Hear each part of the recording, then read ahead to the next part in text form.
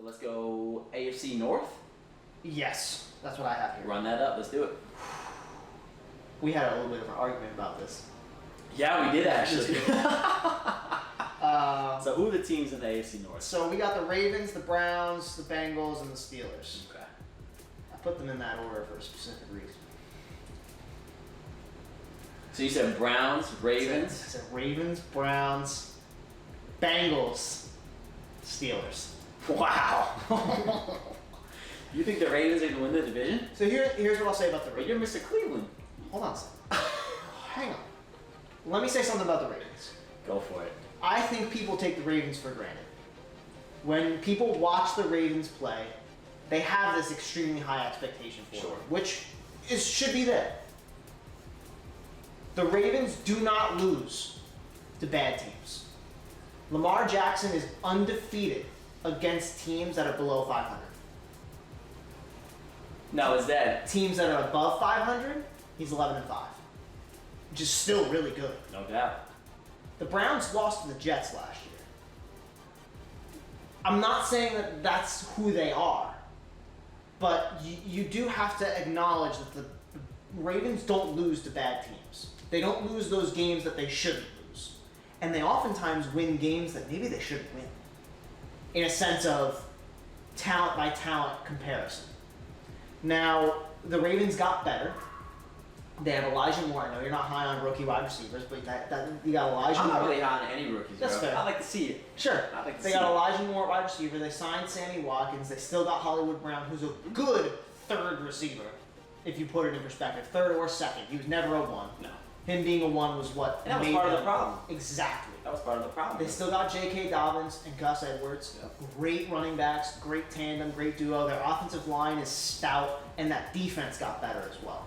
So I see a lot of the Ravens increasing in value, and they already won the division last year. So they only got better. Now the Browns, on the other hand, I don't disagree that they got better. Their defense is almost completely revamped. Their defense got a lot better. They added David Clowney, which is a great pickup. He's a great situational pass rusher. He's still a question mark Correct. in terms of what are you going to do. Correct. He's not the guy who's going to take over a game, but he'll make a big play when you need it. Especially across from Myles Garrett, where Jadavian's not going to get a lot of that play. Correct. They revamped that secondary. They added some safeties. They added some corners. Linebacker's the only spot where I think there's a tiny bit of a question mark. Agreed. But even there, I feel like linebacker's a tough spot to fill because there's Yeah. only a few really good linebackers in the league. So, but with that, I would say Ravens, small gap. Browns, big gap. Bengals, Steelers. Here's where I'm going. I'm going Browns, one. Okay. I don't 100% disagree with you either. I'm still up in the air whether it's Pittsburgh or Ravens. You did bring up some good points there. I just think that, for me, the thing that scares me with the Ravens the most is they're going to have to do something different offensively. Because if you look at their production offensively last year, that was the thing that held them back the most. The defense was there when they needed it, but you never knew what you were going to get offensively. Sure. And I don't know if they're going to be willing to try to revamp that necessarily. And I don't necessarily know if Elijah Moore, and I definitely don't think Sammy Watkins are going to be the difference makers in terms of being able to make the offense look different enough to not have them be one-dimensional. Because I think the biggest problem last year is that the Ravens became very one-dimensional in terms of their offensive scheme and what they were trying to accomplish. Sure. And I think the loss of, I don't know who it was, but one of their tight ends last year, where it was only Mark Andrews who was there. They had a second tight end the year prior that made that offense a lot more vamped up in the sense of we can't just double Mark Andrews or Mark Andrews? Is it Andrews? I think it's Andrews. Yeah, I think it's Mark Andrews, going up the middle or a seam route or a small curl. They took that away last year, and I think that really hurt them offensively because Hollywood Brown is not a one. And I don't know if they necessarily have a one in Sammy Watkins or Elijah Moore. I think you're asking too much for Sammy Watkins to be a one, and I just don't know what Elijah Moore is capable of yet. I mean, college and pro is very different. Absolutely. I just think I like the Browns strictly for the fact that they're predictable, or they should be predictable in the sense of what you can expect. This is their third year together, pretty much the same core and the same nucleus. At this point in time, I think for the Browns, it's a make or break season for them. There's no excuses anymore. You can't say we didn't have the the relationships with their teammates. We didn't know what we were trying to do. We didn't know that's gone now. There's no excuses now, and I think that they learned a valuable lesson last year in terms of what the offense needs to run through. It's running back. They need to use Nick Chubb and Kareem Hunt to their advantage, open up the defense, soften it, and now a Baker Mayfield doesn't have that pressure to make those crazy throws that they were asking to make last year. Get those turnovers down, get the interceptions down, keep his confidence high, and get that train rolling here. Here's where I will agree with you. If the Browns played the way we all know they should, in a sense of run first, pass second, I think you're right. They would be first. I don't think they will. Oh my God. And it stinks. It stinks because it frustrates me because I personally, my favoritism, I like the Browns the most in this division. Yeah. I'm rooting for them the most out of any of these teams. Me as well. However, I don't think the games that they lost last year, they would not just hand the ball off. If they would have, I kid you not, if against the Jets they handed the ball off to Nick Chubb and Kareem Hunt every single play, they would have won. Correct. They can't stop the But run. they didn't. They decided they needed to do something different, and it didn't work. And I don't know if that's because they took the Jets for granted and they thought that they would just lay over and die, which everyone thought they would. Right. But they have a tendency to do sometimes things that don't make sense. And I'm kind of expecting that when I say Ravens 1, Browns 2. Sure. Would I be surprised the Browns came in first? No, not at all. But more so than the AFC East when I said Bills over Right. Patriots. Or I'm sorry, Dolphins over Patriots. Dolphins over Patriots. I'd say Ravens have a little bit more edge there. Now for the bottom two. See, because This is where we disagree. Yeah, more. so for me, I think the Steelers have a better chance of coming in second than I do the Ravens. I think the Steelers are busted. Because, again, and I had talked about this last year, that Ravens offense, it just scares me. You just don't know what you're going to get. And again, I'm sounding stupid right now because I'm going to say the same thing about the Steelers. You just don't know what you're going to get necessarily. Mm-hmm. But I think in terms of the stable of weapons that they have, especially at wide receiver, I think the running back, Najee Harris, I think he's going to be able to help them. Sure. Take pressure off Ben agree. Roethlisberger. My big question mark for the Steelers is, can that offensive line establish dominance going forward? All they could do was go backwards last year. That's why they couldn't run the football. Mm-hmm. They could never generate momentum going forward. That's why they can't run. I mean, James Conner, I feel bad for that dude. He literally would get the ball in his stomach and be getting hit in the face already. Mm-hmm. I mean, you can't expect a guy to run the ball efficiently when you're getting hit 4 yards in the backfield 3 out of 10 plays or 6 out of 10 plays. It's crazy. I think for the Steelers, it all comes down to that offensive line. I'm not worried about the defense. Tomlin is the defensive-minded coach. He will get them ready to play. Okay. I don't think you could name me a team for the Pittsburgh Steelers in the last 10 to 15 years that defense was the problem. Oh, that's fair. And Tomlin has been there a majority of our lifetime. So I'm not worried about the defense. The defense is going to be there when you need it. Mm-hmm. I'm worried about that offensive line. And to be honest with you, they didn't do that much. So I don't know if that's going to change or not. I think that's where my decision hinges on. So I'm actually going to go Browns, Steelers, Ravens, and again, kind of similar with you with the Patriots and the Dolphins. Those two are interchangeable, but I'm going to put Steelers ahead of Ravens, and I'm putting Bengals in last. I have Steelers last. So tell me why. Ben Roethlisberger's washed. I had a feeling you were going to say that. You cannot succeed with a guy at quarterback who had worse numbers than a rookie quarterback from last year.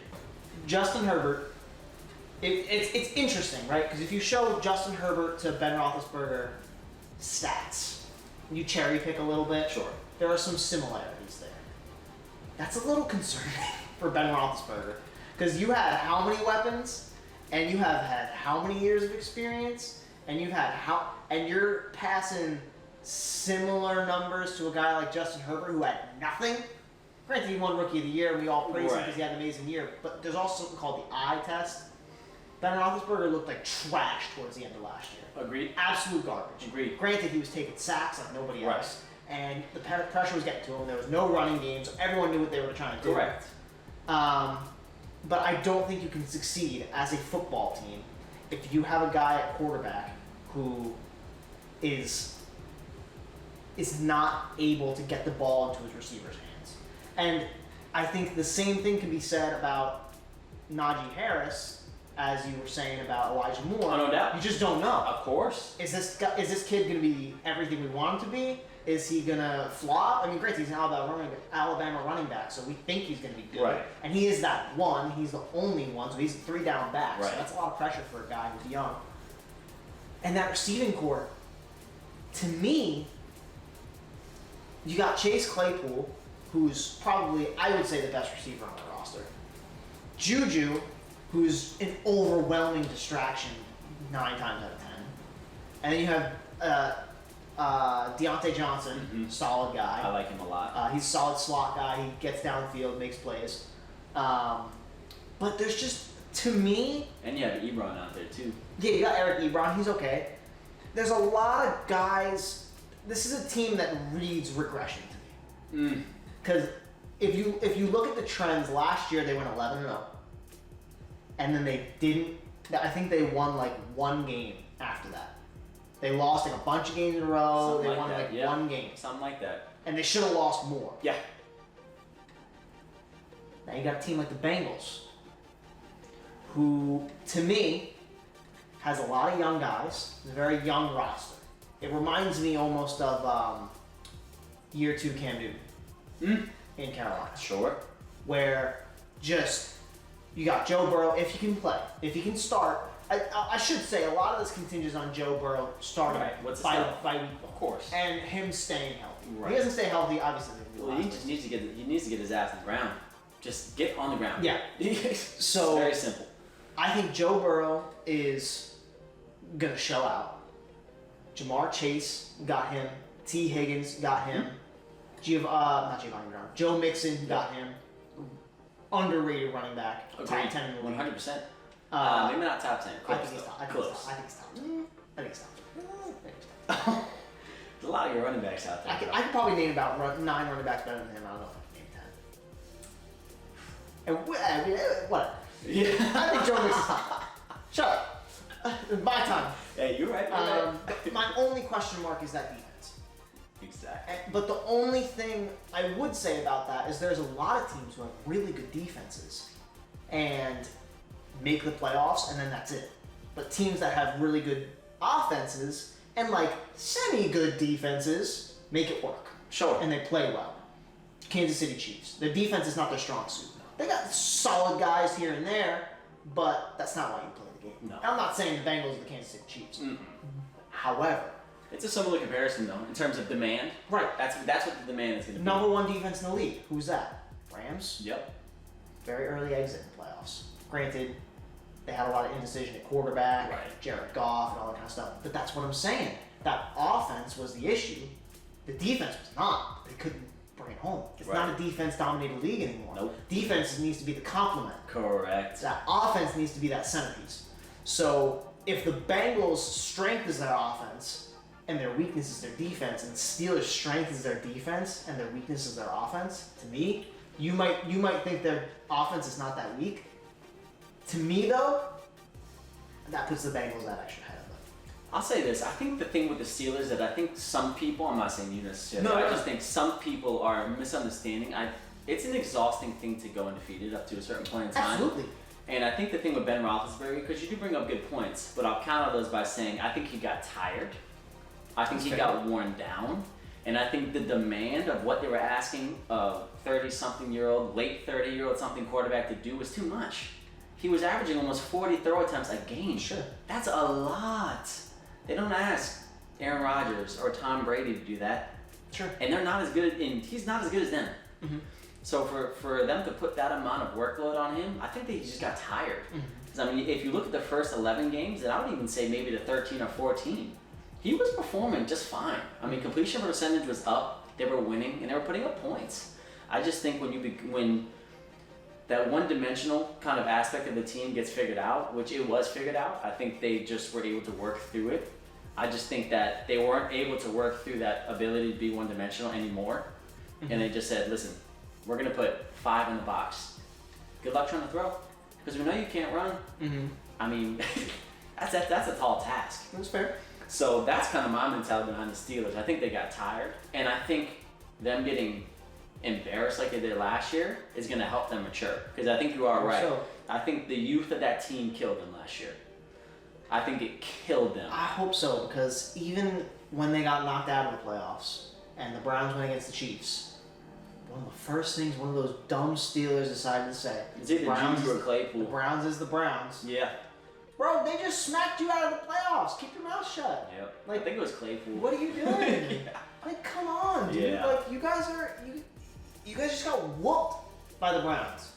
So Beat up bad. you're in no position to say the Browns is the Browns when you guys were 11-0 and still no one took you seriously. Right. Still no one thought you were the best team in the league. The Chiefs lost 2 games. And everyone was like, nah, Chiefs is still better than the Steelers. Yep. Because everyone saw what people ended up seeing was you're one-dimensional. Even the games you do win, a little tight when they shouldn't be. Correct. They had a tight game against the Giants early on. They had a lot of tight games. They had let's a be tight game honest. against the Titans that they should not have won. They got very lucky. So it's a lot of stuff that goes into that. To me, reads this team is regressing at a rate that actually went pretty quick last year, where they were playing one way in the first half of the season. Maybe people adjusted. Maybe they got worse, but it went pretty sour pretty quickly. Oh, no question. And it got ugly To at a that. first round exit in the playoffs. Yeah. So I don't know. I mean, again, maybe I'm just hating on the Steelers because I hate the Steelers, but Oh, I hate them too. Don't worry. I'm not sticking up for them here. I'm just saying what I think. no, I got But you. I'll say this: the AFC North is one of the 2 or 3 divisions that I'm going to be keeping a very close eye on Yes. this year because that's going to be tight and that's going to be very competitive. You will see a team from the AFC North in the AFC Championship game. Agreed. I would agree.